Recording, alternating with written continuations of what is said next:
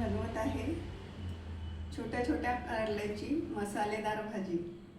अगदी कारले बघा छोटे कोवळे आणि हिरवे कंच आहेत आणि ते मी 10 मिनिटं आधीच पाण्यामध्ये ठेवलेले होते, त्याच्यावरची धूळ आणि माती असेल ती निघून जाण्यासाठी। आणि मोठा एक कांदा किंवा छोटे 2 कांदे असल्यामुळे 2 कांदे मी पाण्यात टाकून ठेवलेले आहे।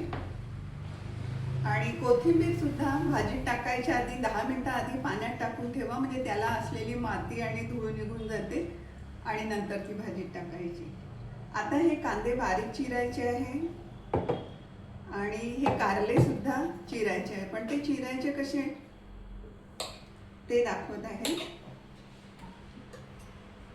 हे या बाजूने उजव्या बाजूने एकदा आणि डाव्या बाजूने अर्धवट असे कांदे चिरायचे बघा, आणि मग त्याची भाजी करायची।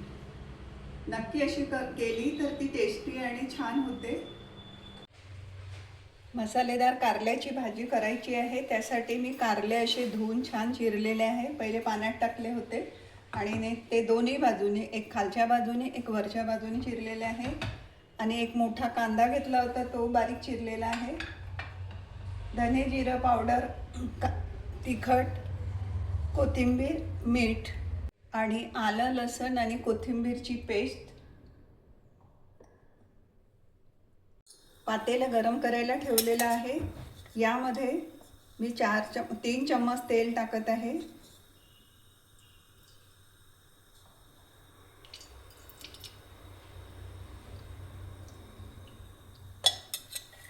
प्रथम कारले हे तळून घ्यायचे आणि नंतर भाजी करायची।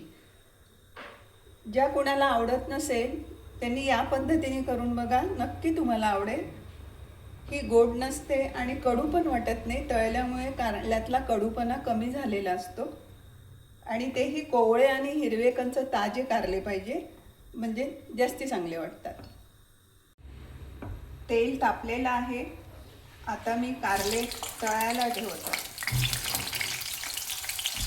गॅस कमी असावा। कारले तळून झालेले आहे, ते काढून घेत आहे।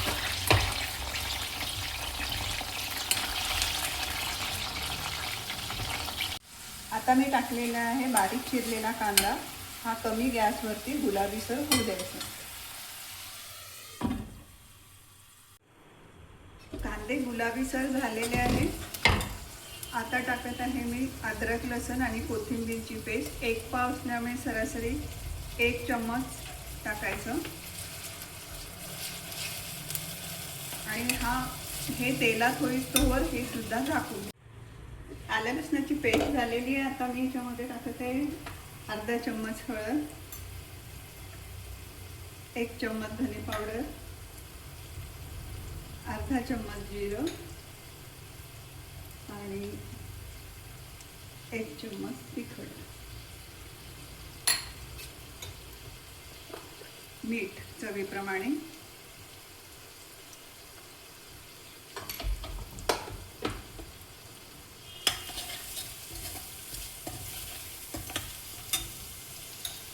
आणि हा घरी केलेला काळा मसाला आहे, फक्त तो अर्धा चम्मच, जास्ती नाही टाकायचा, खूप मसालेदार नको।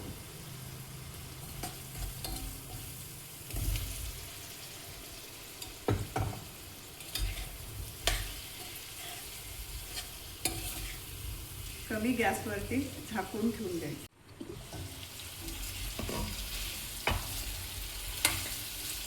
या चवीपुरतं तुम्ही गूळ किंवा साखर टाकू शकता। मी साखर टाकत आहे, ती पण थोडीशी चवीपुरती, कारण जास्ती टाकायची नाही, गोडसर भाजी नको। ती तेलामध्ये तळल्यामुळे त्याचा कडूपणा खूपसा कमी झालेला असतो आणि हे कमी गॅसवरती झाकून ठेवले।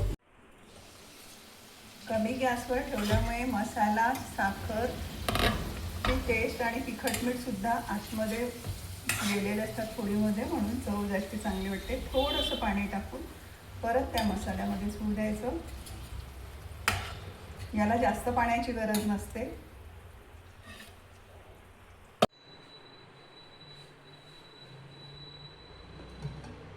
मसालेदार कारल्याची भाजी झालेली आहे बघा, किती छान दिसत आहे आणि कारले हिरवे कंच दिसत आहे. मी यामध्ये कोथिंबीर टाकत आहे. तुम्हाला आवडत नसेल त्यांनी या पद्धतीने करून बघा, नक्की आवडेल तुम्हाला. खूप छान वाटते आणि कडवटपणा खूप कमी झालेला असतो.